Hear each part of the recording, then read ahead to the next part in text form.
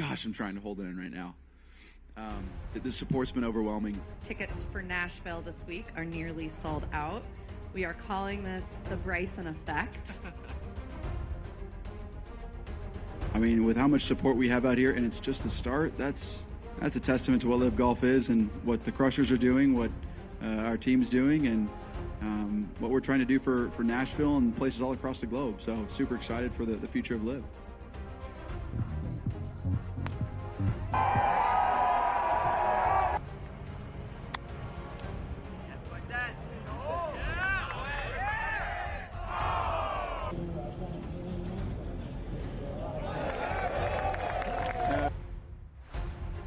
It was nice to at least walk down the last few holes, or at least the last hole, knowing that it was pretty much done. It's never safe, but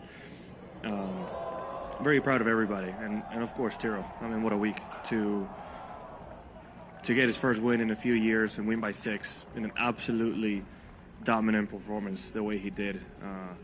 It was absolutely incredible, so I couldn't be happier for him.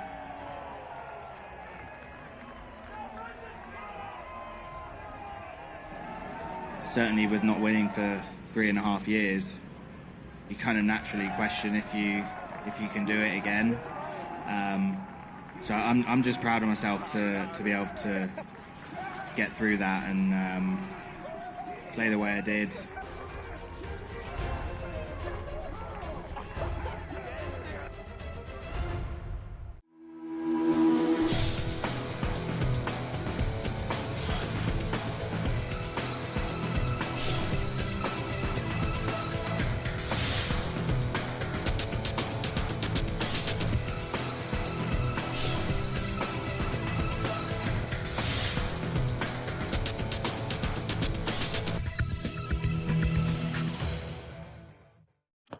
Welcome in. A very happy Monday to you now. July the 15th. It is NewsWire. I'm Joe Raineri in for Craig Mish. And let's talk about some of the top headlines we've got today. And we're going to start in the world of soccer. It was a huge day on the pitch yesterday on Sunday. And it started in the early afternoon as the Euro Cup finals were underway. And last night, of course, we had the Copa America, and that is where we are going to start here because the Copa America was all sorts of fun last night, especially when you take into consideration that they had a bit of a problem getting fans into the stadium. We'll have more on that coming up, but the defending champion, Argentina. That's right. The defending Copa America Cup Argentina winners overcame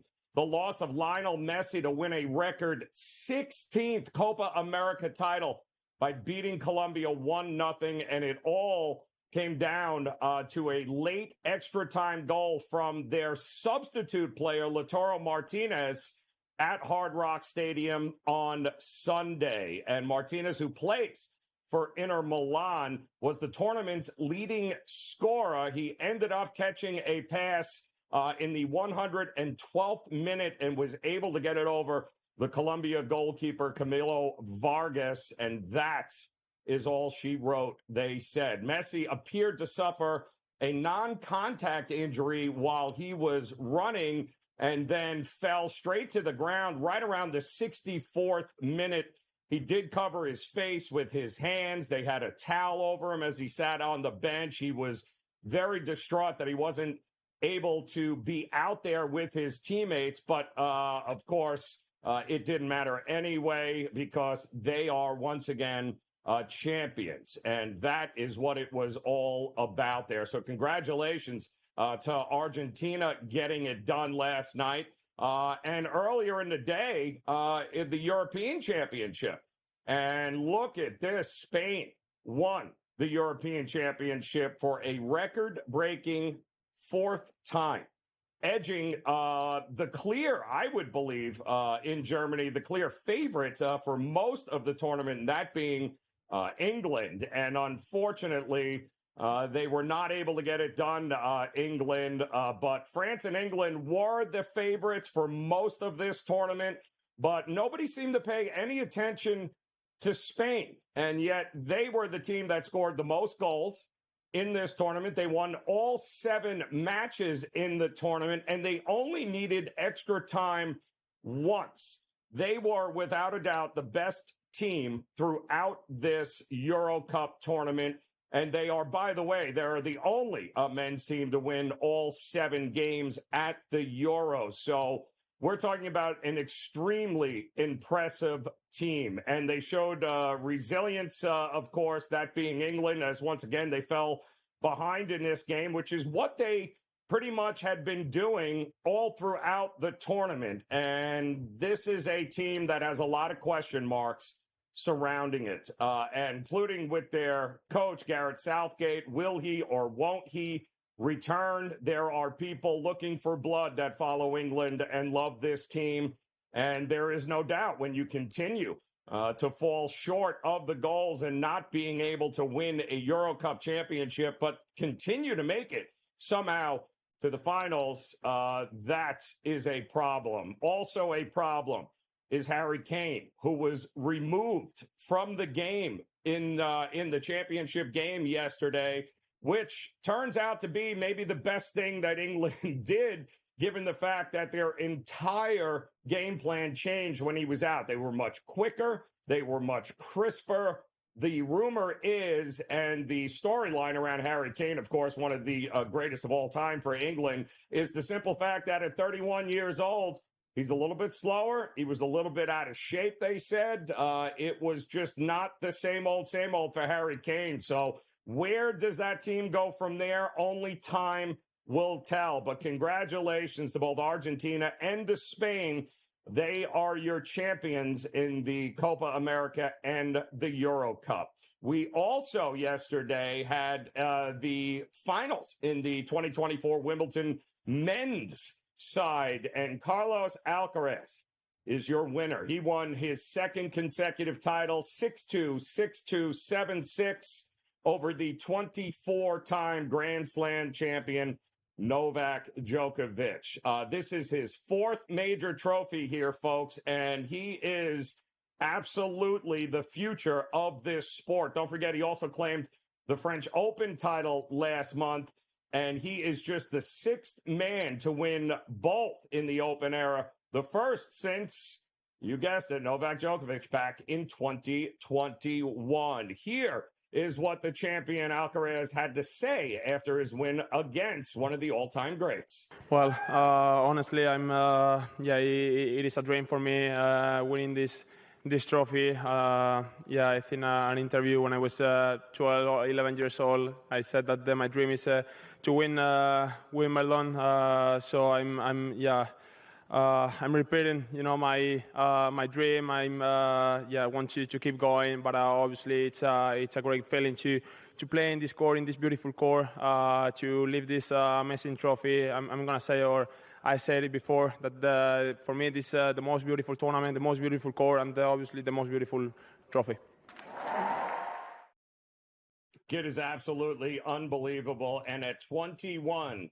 He now has more major titles than any of the big 3 did before the age of 22. His fellow countryman Rafael Nadal had 3. Djokovic and Federer had 1 each by the time they turned 22. And Alcaraz is, my goodness, he is the future of this sport. And quite honestly, he dominated the first 2 sets before Novak even made or could make any adjustments. Now, keep in mind, Novak was 37 years old, coming off of knee surgery a couple of months back.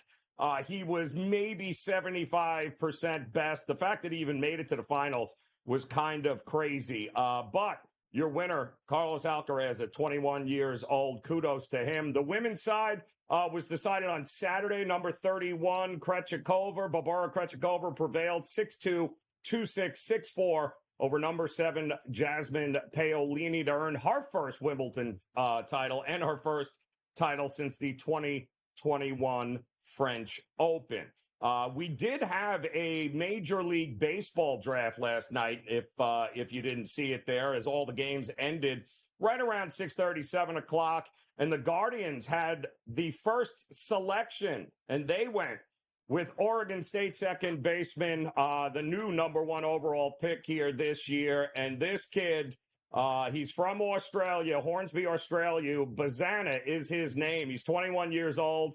He is absolutely unbelievable to watch. He's also the first Australian-born player to be selected number 1 overall. And if you didn't get a chance to see this kid play, I don't know how long he's going to be in the minors, but this kid is something else. He was also offered a contract by the Tigers at age 16, but he decided not to take that. He decided to bet on himself, go the college route to boost his stock. And I will tell you that is going to go down in history as maybe one of the best gambles that has paid off for a player in a very, very long time. So kudos to him. We've got plenty more at Major League Baseball to talk about, including a meltdown by the New York Yankees yesterday in the 9th inning. They have lost 18 of their past 26 games as we get ready for the All-Star game. And them and the Dodgers are absolutely head-scratching. Another come-from-behind win for Detroit yesterday. We are shaking our heads. We'll have much more on the Home Run Derby, the All-Star Game, and a lot more Major League Baseball talk when NewsWire continues here on the Grid.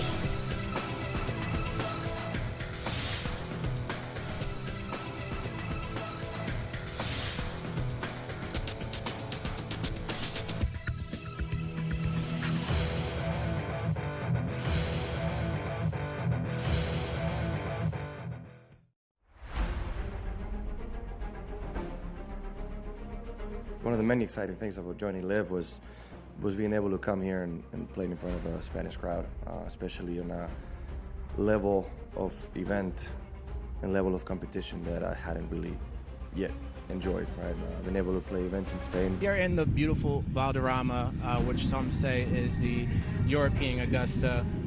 It's so special. There's so much history here. There's so much Spanish history here. Well, it has so much history behind. It's only a 50 years old club, but so much has happened through the years. I mean, we had the Ryder Cup, we had World Gold Championships, and now we have LIV. It's very exciting, and really, if there was ever a place to get my first win, I feel like this would be the perfect week.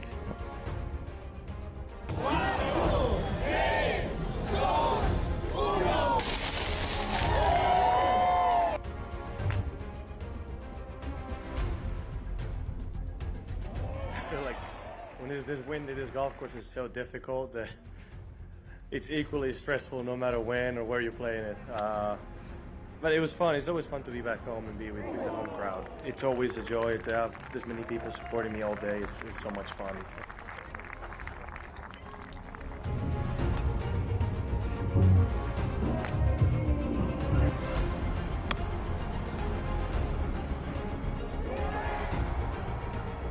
What the heck course were you playing today? I don't know. It's brutal out there. It is brutal. I don't know. I just made everything I looked at, Jerry. You have those days. I suppose this was one of those days for me, so I really shouldn't. I really enjoyed it. Every time I stood over a putt, just felt like I could make it, and you don't get days like that too often, or certainly I don't. So, I relished in it, and I managed to hit a lot of good shots as well. So it was a special day.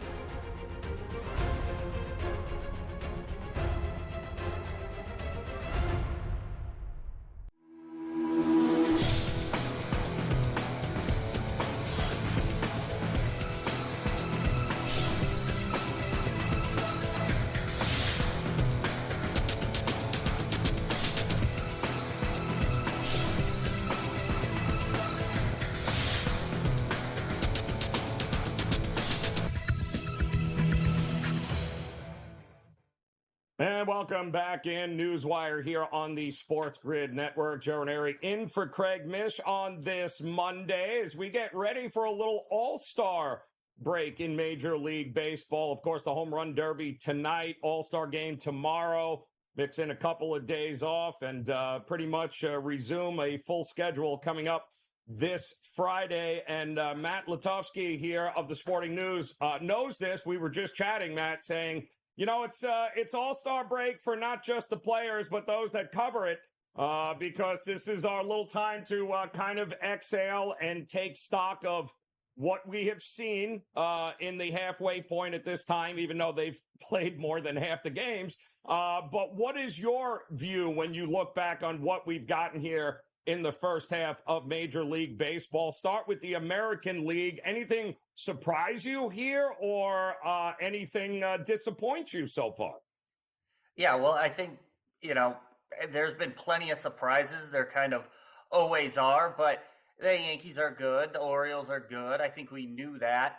But the team that's really jumped out has been the Guardians. I mean, you just look at yesterday, they had the draft and they had the number 1 pick. So I know they weren't, quote unquote, supposed to have that pick, but nonetheless, they were not a great team last year. And here they are. And they've been running away with that division most of the first half. Now, the Twins are playing better and they're coming back to the pack, and it's only a 4.5 game lead at the break, but nonetheless, they've been phenomenal. And I don't think even the most optimistic people thought they were going to play quite this well. And I think without question, the biggest disappointment in the American League has been the Rangers. I mean, you win the World Series and you come back and you're as far back as they are and sort of playing as mediocre as they have. But I think nonetheless, going into the second half, they're not, completely out of things for at least that one of those wild card spots. They've still put themselves in a position where they can make a run in the second half, especially if they make some moves. So they're going to be an interesting team to watch for sure in the second half. They absolutely are. The National League also interesting. Usually the Phillies wait until after the All-Star game to kind of start hitting their stride. But, given the schedule that they had, they took full advantage of it. And they pretty much just have to be status quo the rest of the way, given what Atlanta is going through right now. What's your take on what we got from the National League? Yeah, I think basically what you said with the Phillies and Atlanta, obviously losing Acuna Jr. is big for them. And they're still a very good team, and I think they can make noise in the playoffs. But, Philly's just gonna be in that position where they're not going to push anyone too hard. We kind of saw that, with Zach Wheeler leading into the break. And they're in a good position to, not necessarily coast, but they don't have to take any unnecessary chances. They don't have to take any big swings just to sort of make the playoffs or put them. I mean, they're in contention. There's no doubt about it. They're a World Series contender. So I think that's, to be expected. And I think what's interesting, too, is when you look at the Central, you have two teams there in the Pirates and the Reds. The Reds have a very positive run differential, even though they're in fourth place. And the Pirates right now, we're in the middle of Skeens Mania. And, can it sort of affect the rest of the team? Can it carry over to just that outside of that once every fifth day? The crowd, no doubt about it, is in it. And, they're a 500 team. They're still in the mix to get a wild card spot. And if it sort of, ignites the city, ignites the team, they could be a really fun and really special group to watch down the stretch. The only problem is, I don't know if they're going to let Paul Skeens pitch in the playoffs then. They're worried about his innings. And you say, well, come on, we make the playoffs. We got to do it. So I could see them taking their foot off the gas actually more than anything. But I think it's a fun story because, it's Paul Skeens Day every fifth day. And that guy is just electric. Yeah, well, listen, he's going to be starting in the All-Star game here. It's there's a lot of people who would never watch a Major League Baseball All-Star game are going to watch because this kid's involved. So the idea is to keep him around and healthy for an extended period of time, and let's not burn him out here for a Pirates team that isn't beating anybody. We've got a trade deadline coming up here in a couple of weeks as well, and with the expanded playoffs here, is it me or there's just not enough supply for the demand with teams looking to better bullpens or the lineups, or who are the big movers and shakers you see coming up here over the next couple of weeks? Yeah, I think it's a lot of the usual suspects. I know you mentioned before you guys went to break about the Yankees and kind of their struggles going into the break, and we know they've had some injuries here and there that matter, and I just think they kind of have to add to their roster And I would expect them to be pretty aggressive. But I think some of these teams that aren't necessarily always there, like I would expect the Orioles to see, okay, what can we do? We want to ensure that we make a nice run this year. And certainly the Braves, I think, have a very good team, but they have some openings to try to add too. So I would expect that, like I said, a lot of the usual suspects to try to make moves and bolster their team because they're accustomed to making runs. We got the All-Star Home Run Derby tonight. Of course, Pete Alonso in it. Why not? Some of the other guys are interesting here. As you can see, the odds on the screen. It's a new format this year, which is going to put a lot of pressure on the guy throwing the pitches for them, given there is going to be a pitch limit, which I think is really the biggest handicapping factor in this. So, unfortunately, I don't have any breakdowns of the guys actually throwing the balls to him. What do you think we're going to get here tonight, Matt? Yeah, well, the one thing we do know is that Alonso's bringing back his old pitcher that he had success with, not the guy who didn't quite fare as well last night. So I think he's the favorite. He's the favorite for a reason. It's tough to fault that given his experience and his wins.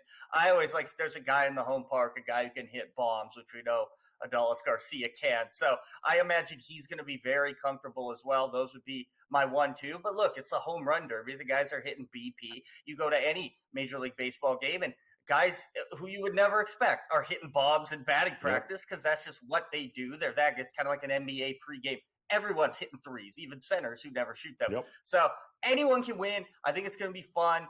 We didn't get Aaron Judge. We didn't get Shohei, but that's okay. We still got some, massive home run hitters. We got a lot of young guys in that group that should be fun watching. Matt Lutovsky, Sporting News, we appreciate the time as always, man. Enjoy the All-Star break, and NewsWire will continue after this here on the Grid.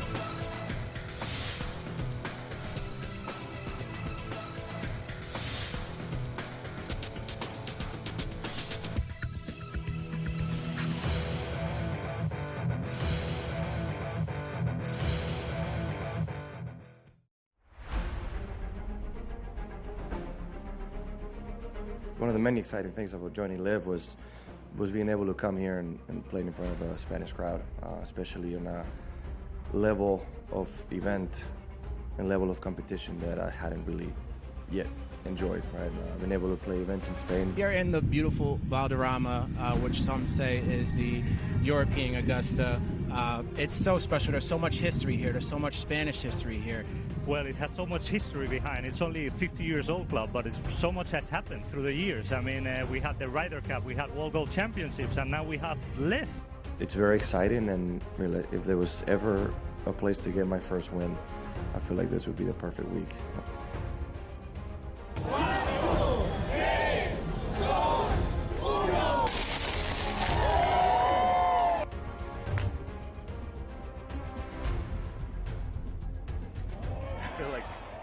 This wind at this golf course is so difficult that it's equally stressful no matter when or where you're playing it. But it was fun. It's always fun to be back home and be with the home crowd. It's always a joy to have this many people supporting me all day. It's so much fun.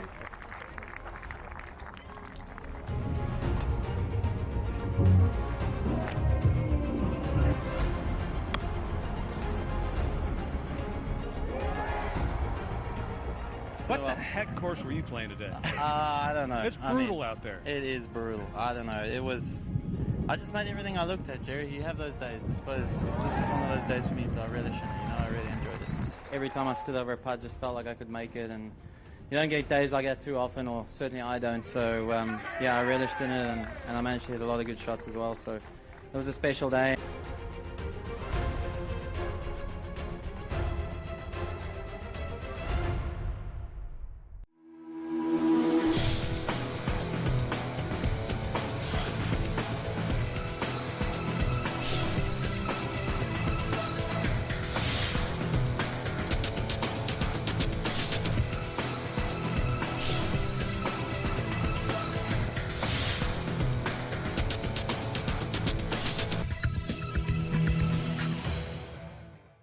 Welcome back in NewsWire here on the SportsGrid Network. Joe Raineri in for Craig Mish, and it is time for our SportsGrid Sound Off.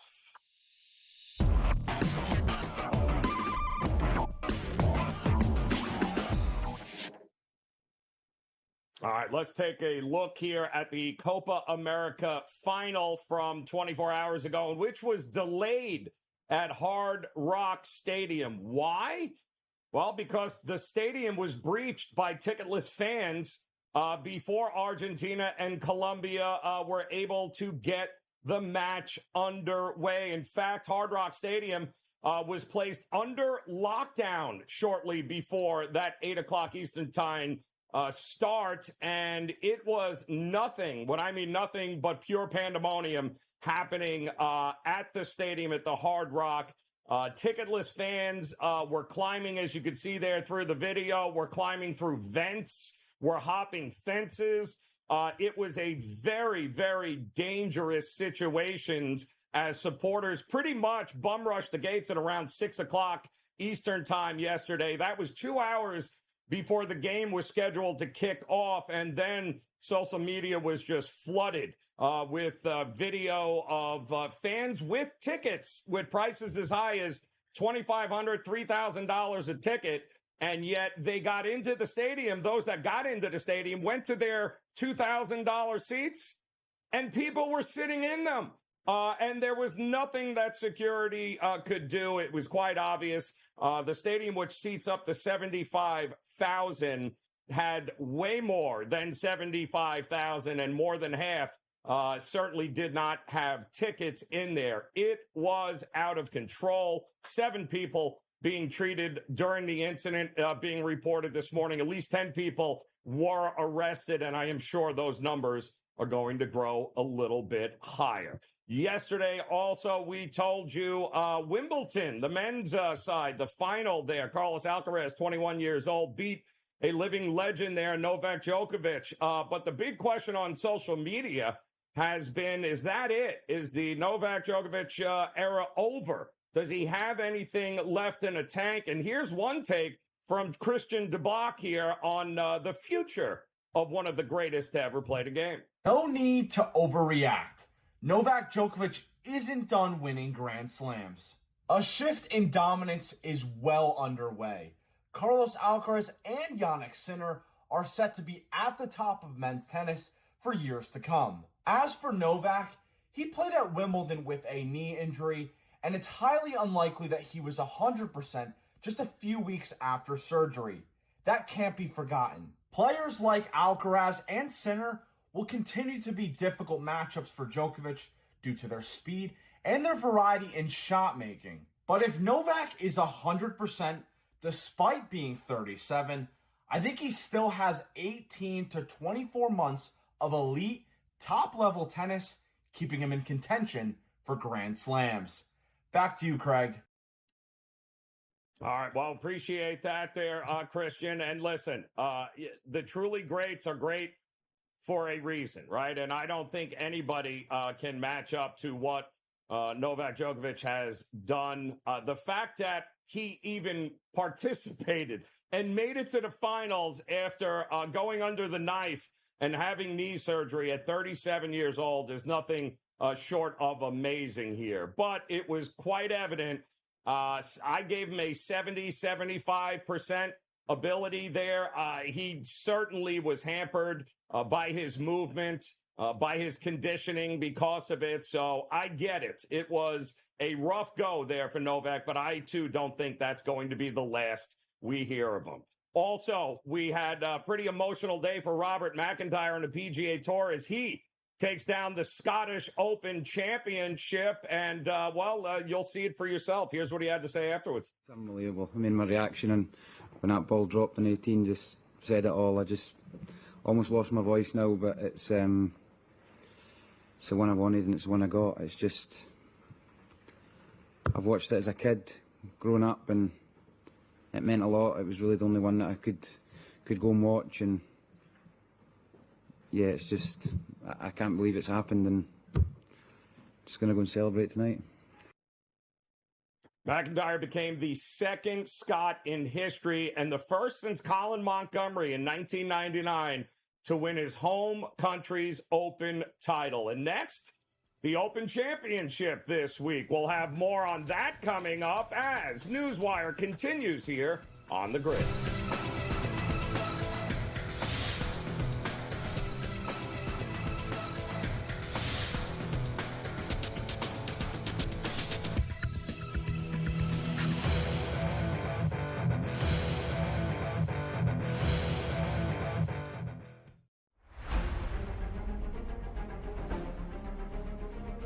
One of the many exciting things about joining Live was being able to come here and play in front of a Spanish crowd, especially on a level of event and level of competition that I hadn't really yet enjoyed, right? Been able to play events in Spain. Here in the beautiful Valderrama, which some say is the European Augusta.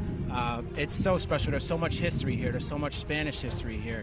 Well, it has so much history behind. It's only a 50 years old club, but so much has happened through the years. I mean, we had the Ryder Cup, we had World Gold Championships, and now we have Live.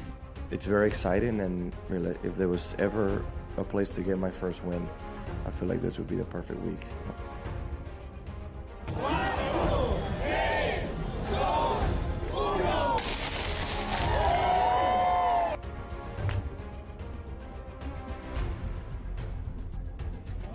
feel like when this wind to this golf course is so difficult that it's equally stressful no matter when or where you're playing it. But it was fun. It's always fun to be back home and be with the home crowd. It's always a joy to have this many people supporting me all day. It's so much fun.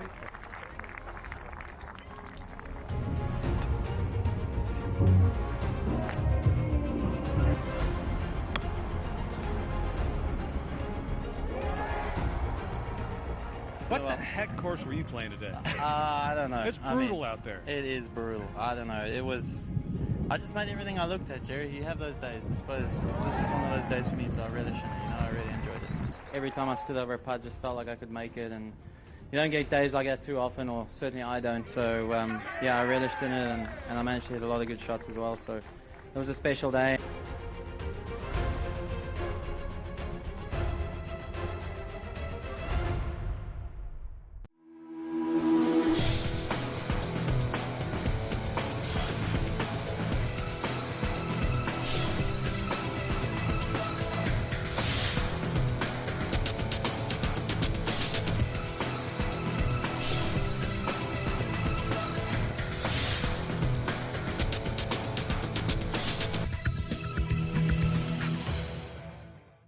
All right, welcome back in NewsWire here on the SportsGrid Network on this Monday now, July the 15th, and we've got certainly a few very interesting headlines from over the last week or so regarding the expansion of gambling here, and with maybe one of the all-time greatest franchises across professional sports. And we welcome in our good friend Mike Mazzeo here of the Legal Sports Report to kind of shed some light on this story here, Mike, regarding the partnership possibly of MGM Resorts and the New York Yankees. What's going on with this?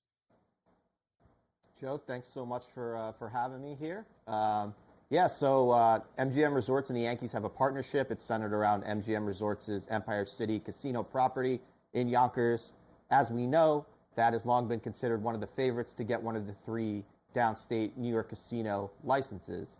It's currently a video lottery terminal. They hope to turn it into a full-scale casino. That process has taken, I think, longer than everybody expected, still maybe a year or 2 away from it all settling down. But this is a partnership where Empire City Casino will have, some signage at Yankee Stadium during games, and then some broadcast visibility as well at select home games.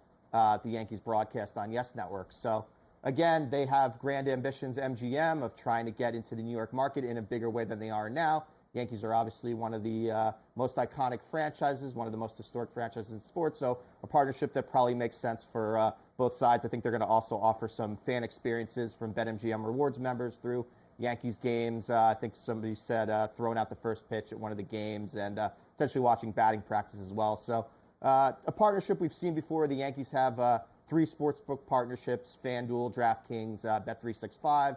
So they're certainly very invested, like a lot of other North American professional sports teams, in sportsbook partnerships. Now adding a casino partnership. Empire City also has signage at Citi Field with the Mets. So they've got grand ambitions, and we'll see how that partnership kind of shakes out, Joe, in terms of if MGM does get the full-scale casino, how much the Yankees will be involved. I believe some Yankee players will be headed over to that casino to, greet fans and stuff like that. So a partnership they, hope will be for the long haul, and potentially even more things to come for MGM with their bid here in New York for a full-scale casino. So the partnerships the Yankees have had already are, I'm guessing, are non-exclusive, right? Is this with MGM going to be totally exclusive, and we won't be talking about any other books associated with the Yankees?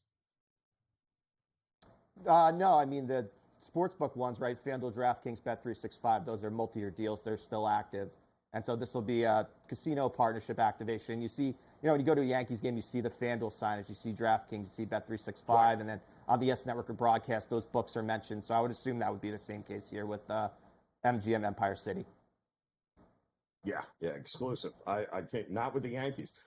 We have another very interesting story as well that came up regarding the Fanatics Sportsbook in Massachusetts. We've got some fines and investigations going on. What is this all about, centering around college sports? Yeah, Joe. So a $2 parlay, 5-leg parlay on college sports featuring a prohibited game in Massachusetts. You can't bet on in-state college teams in a non-tournament event. So a 5-leg $2 parlay turns into a $15,000 fine. The IEB looked into it, and the Gaming Commission agreed with the IEB's fine of recommendation of $15,000. Fanatics had a similar fine, $10,000, for allowing a $50 college bowl bet on Boston College. They wiped out both bets before they were settled, but still had to pay $25,000. So, if you're a sports book out there, be very careful with what you're offering. They're certainly not the only sports book in Massachusetts that has been docked for this, Joe. All the three in-person sports books at their casinos also got docked. I think $50,000 combined. I think it was 2023 for various in-state colleges prohibited bets they offered. So this is not a problem that should be happening, but has happened with other sports books. And now, Fanatics takes $52 in bets and pays out $25,000 in fines. So again, probably a sport is not going away. A lot of, state regulators set rules, and they want sports books to follow them. And if you don't, you've got to pay a hefty fine. But certainly, Fanatics and others make way more than $25,000 in the state. So probably not that big for them, but something that shouldn't be happening. Yeah, that's a pretty big gaffe with the the laws being the laws and the rules being the rules there for Fanatics. But I don't think they'll make that mistake again, Mike. I think that is for sure. We also are hearing about an interview that Rob Manfred did with the Dallas Morning News, where he talked about Major League Baseball and its rule, or actually its relationship with sports betting and gambling. What did you take away from this interview with him? Yeah, Joe, I think it was just surprising. He said gambling has been happening before, and now we're able to catch it. It wasn't really happening back then, but, you look at the names, right? Like you talked about before our segment, Pete Rose, Shoeless Joe Jackson, the Black Sox scandal in 1919. So this stuff's been happening. They feel like they're better equipped to catch it now. Whether they should have gotten a financial relationship with the sports books, I mean, you could ask the same question of the NBA, NFL, NHL, all the major sports leagues, should they have done this. But it's here now, and so integrity is the foremost concern, and a lot of people are questioning that given all the scandals, right? There's Mercano, there's Pat Hoberg, one of the best umpires in MLB, suspended right now. We don't exactly know what he did, but he's been disciplined, and he hasn't umpired a game this year. Shohei Ohtani's interpreter, the 4 minor league players besides Mercano that got hit. So, it goes down the list. We saw Jonte Porter just plead guilty, right, to wire fraud charges in the NBA. He's been banned for life. So this stuff is not going anywhere, unfortunately, and you hope that it's not a bigger team-wide event, which could potentially take down the entire industry, but certainly something MLB continues to monitor. Education, very key there. And I think, it's something that these leagues have to deal with. They hope it doesn't happen. And then I think the other thing Manfred said was he doesn't expect federal oversight. Whether we get these huge scandals and that changes, we'll see. But he said, states are making a ton of money on this, and given the political climate, doesn't think federal oversight's coming anytime soon. But we've seen Senator Blumenthal, Tonko. There's a lot of federal legislators that have taken an interest in this, whether it's, college betting and, Charlie Baker trying to get rid of prop betting with college athletes. But, this is a hot button topic that, isn't going anywhere, and baseball's got to deal with it. And you kind of reap what you sow, right? They, are allowing legalized gambling. They have relationships, as the Yankees have, with the 3 sports books. They're not the only team that has that. And again, you want to nip these in the bud, all these gambling scandals. So education is key, and you hope there's not that one guy out there of the, over 750 active players, coaches, GMs, execs, down to the team masseuse or the interpreter in Shohei Ohtani's case. You hope everybody knows not to do this and don't want to make a bad example with the government looking over everything. And they've done a pretty good job of that, right? I mean, that was always the biggest fear, was the integrity of the game. And that's always going to come above anything else or anyone else, which is what made the Shohei Ohtani situation just so crazy, because, one of your biggest stars, you can't have any integrity issues, right, with Major League Baseball. And they've done a pretty good job to this point. Yeah, unfortunately, it feels like it's one name after the other. They really had that streak. They had an umpire, they had an interpreter, they had a active MLB player, they had minor league players. I mean, it never ends, and you hope it's not to the Ohtani level. NFL had it with Calvin Ridley. He was a pretty big star player, served a suspension, came back, was a productive player, and hopefully won't do this again. So yeah, education key, Joe, and you want to make sure your fans, when they're betting on these games, know they're not rigged, and that's something that the leagues have to deal with given their financial relationships. Absolutely correct. A lot of money at stake, and I think everyone has done a pretty good job of policing this. And self-responsibility is a pretty good thing here when it comes to professional athletes. Mike, I appreciate it as always, my friend.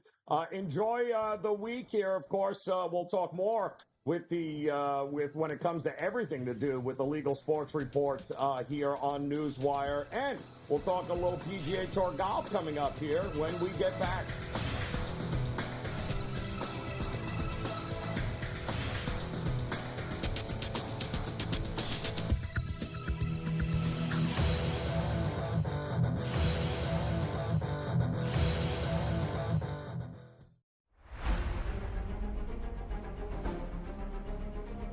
One of the many exciting things about joining Live was being able to come here and play in front of a Spanish crowd, especially in a level of event and level of competition that I hadn't really yet enjoyed. Right, I've been able to play events in Spain. You're in the beautiful Valderrama, which some say is the European Augusta.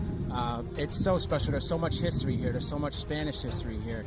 Well, it has so much history behind. It's only a 50 years old club, but so much has happened through the years. I mean, we had the Ryder Cup, we had World Gold Championships, and now we have Live. It's very exciting, and really, if there was ever a place to get my first win, I feel like this would be the perfect week.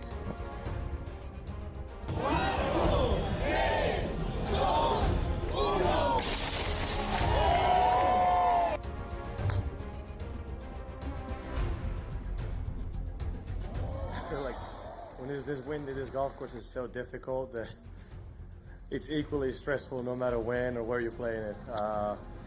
But it was fun. It's always fun to be back home and be with the home crowd. It's always a joy to have this many people supporting me all day. It's so much fun.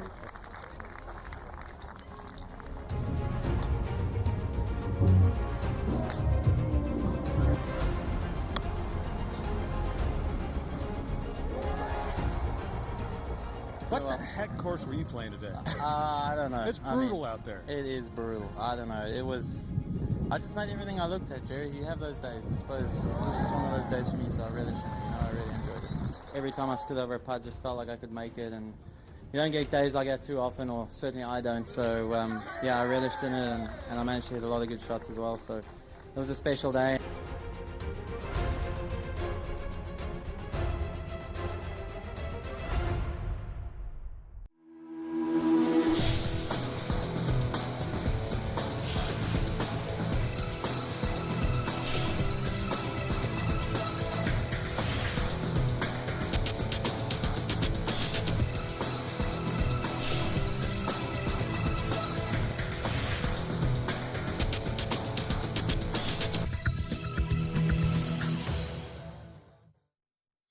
Welcome back in NewsWire here on the SportsGrid Network. It is a huge week here as we've got the All-Star break going on.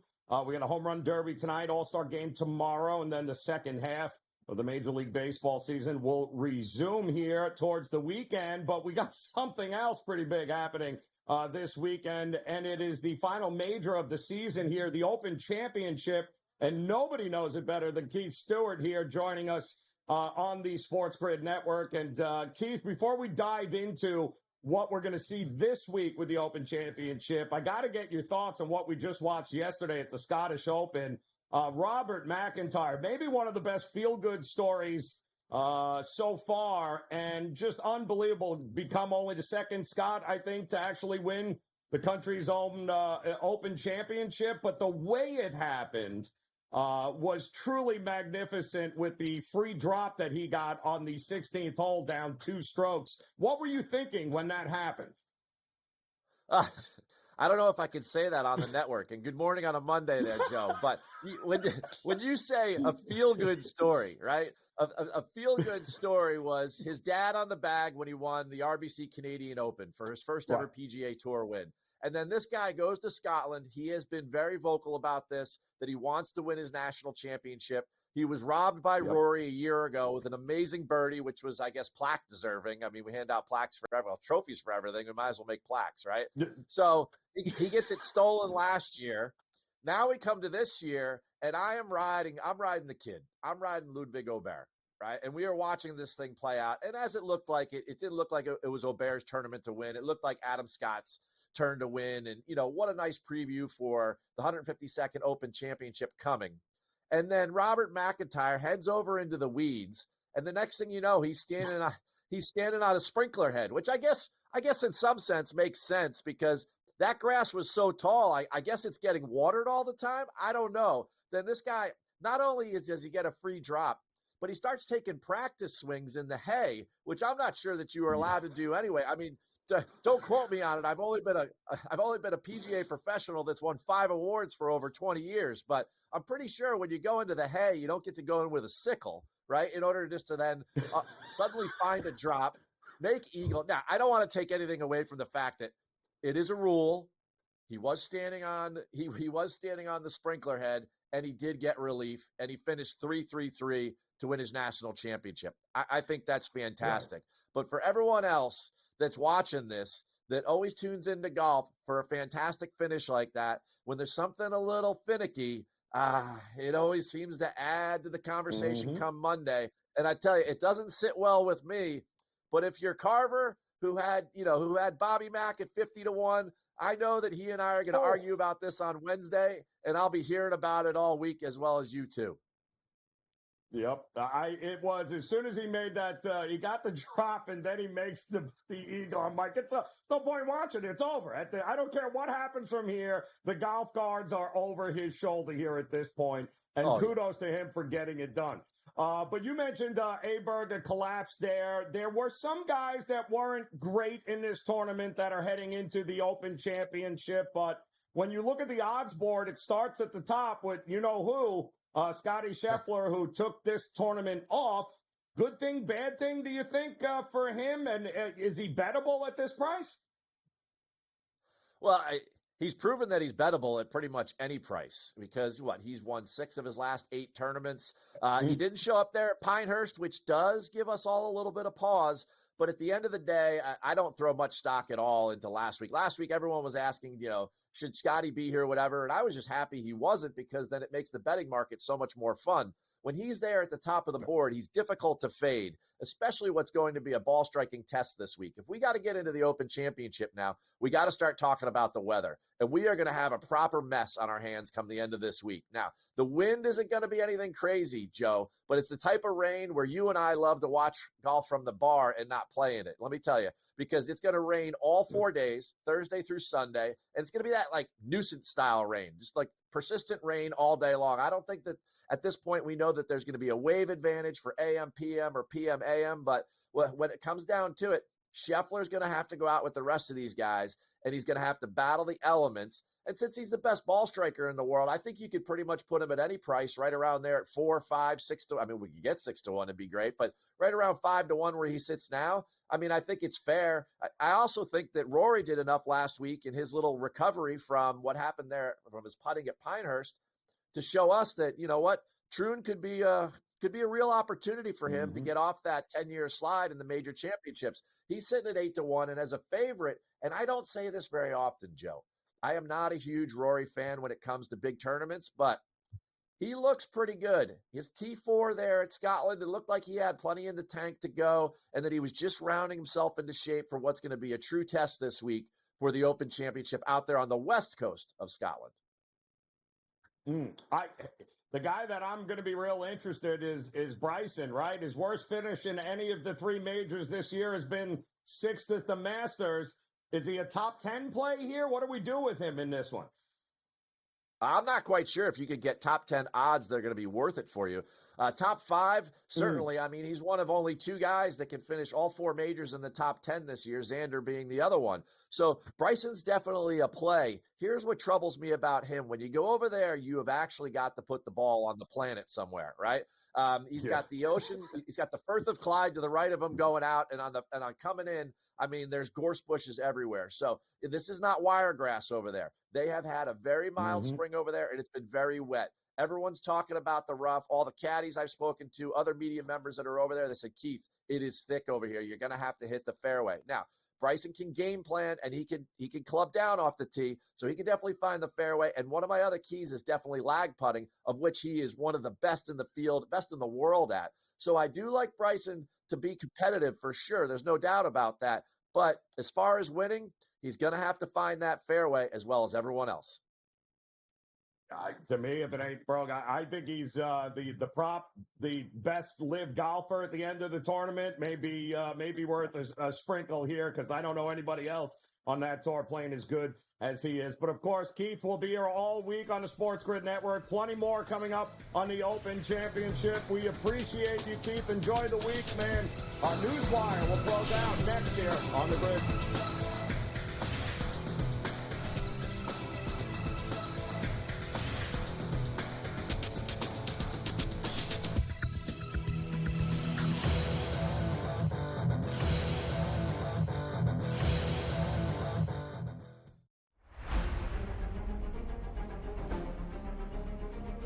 One of the many exciting things about joining Live was being able to come here and play in front of a Spanish crowd, especially in a level of event and level of competition that I hadn't really yet enjoyed. Right, I've been able to play events in Spain. Here in the beautiful Valderrama, which some say is the European Augusta. It's so special. There's so much history here. There's so much Spanish history here. Well, it has so much history behind. It's only a 50 years old club, but so much has happened through the years. I mean, we had the Ryder Cup, we had World Golf Championships, and now we have Live. It's very exciting, and really, if there was ever a place to get my first win, I feel like this would be the perfect week.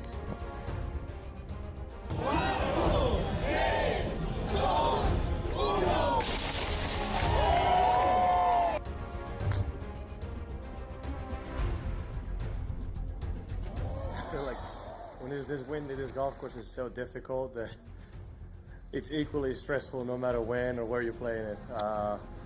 But it was fun. It's always fun to be back home and be with the home crowd. It's always a joy to have this many people supporting me all day. It's so much fun.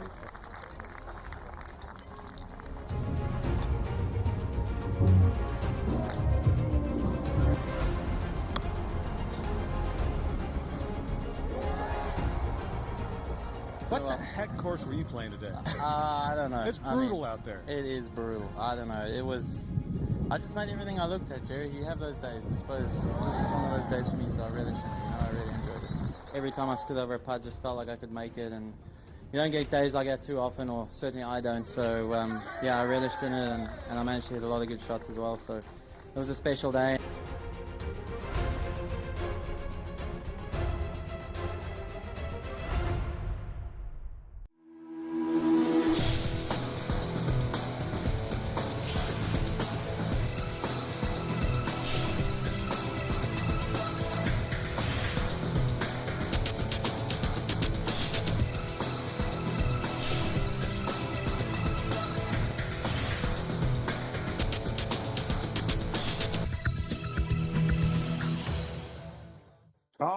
Welcome back in NewsWire here on the SportsGrid Network, and no better way to wrap up this edition than with a couple of last licks.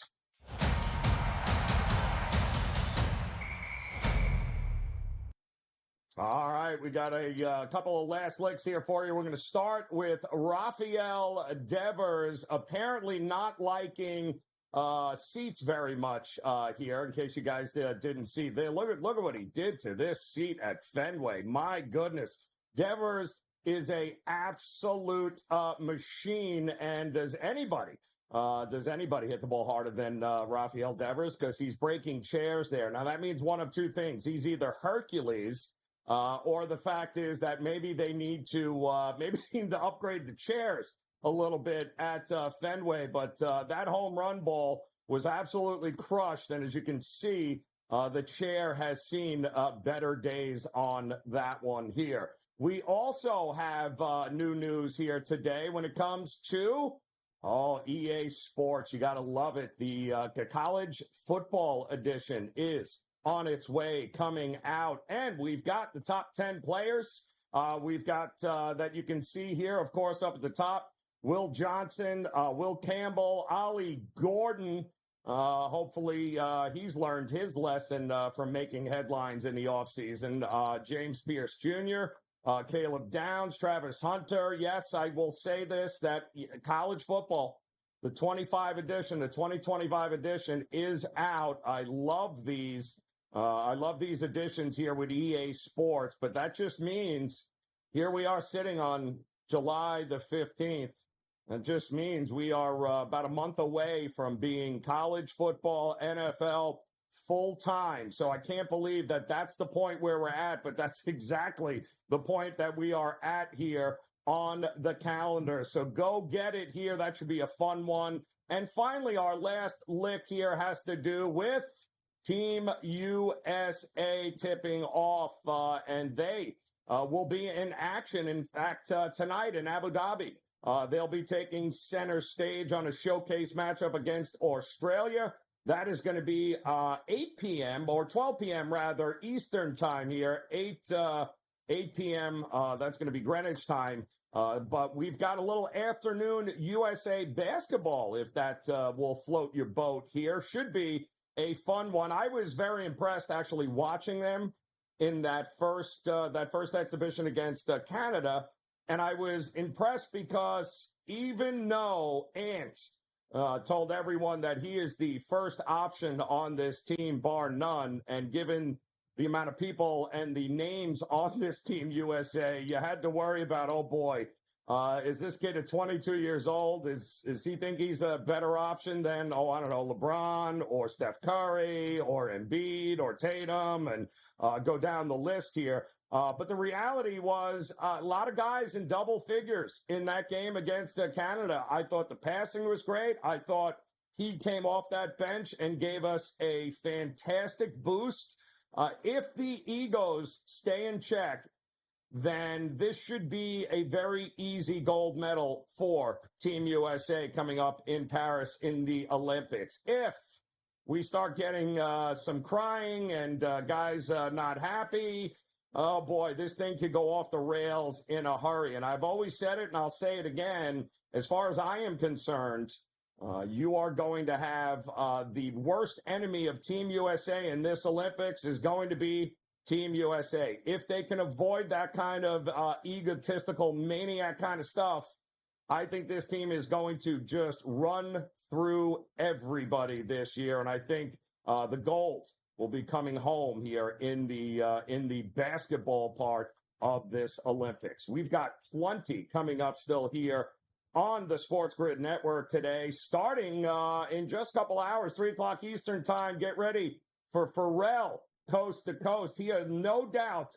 talk a little bit about the absolute pandemonium last night at Hard Rock Stadium in the Copa America final, in which the gates got bum rushed, ticketless fans got in there, and people who paid thousands upon thousands of dollars couldn't get in to the stadium. Crazy. Game time decisions will be up at 6 o'clock Eastern time. I'll be back with In-Game Live Prime Time at 8 o'clock Eastern time, giving way, of course, to Cam Stewart and Sports Rage Late Night, Gabe Morency. So plenty coming your way here on the SportsGrid Network. We appreciate it. NewsWire will be back again tomorrow. Have a great Monday. We'll see you again soon.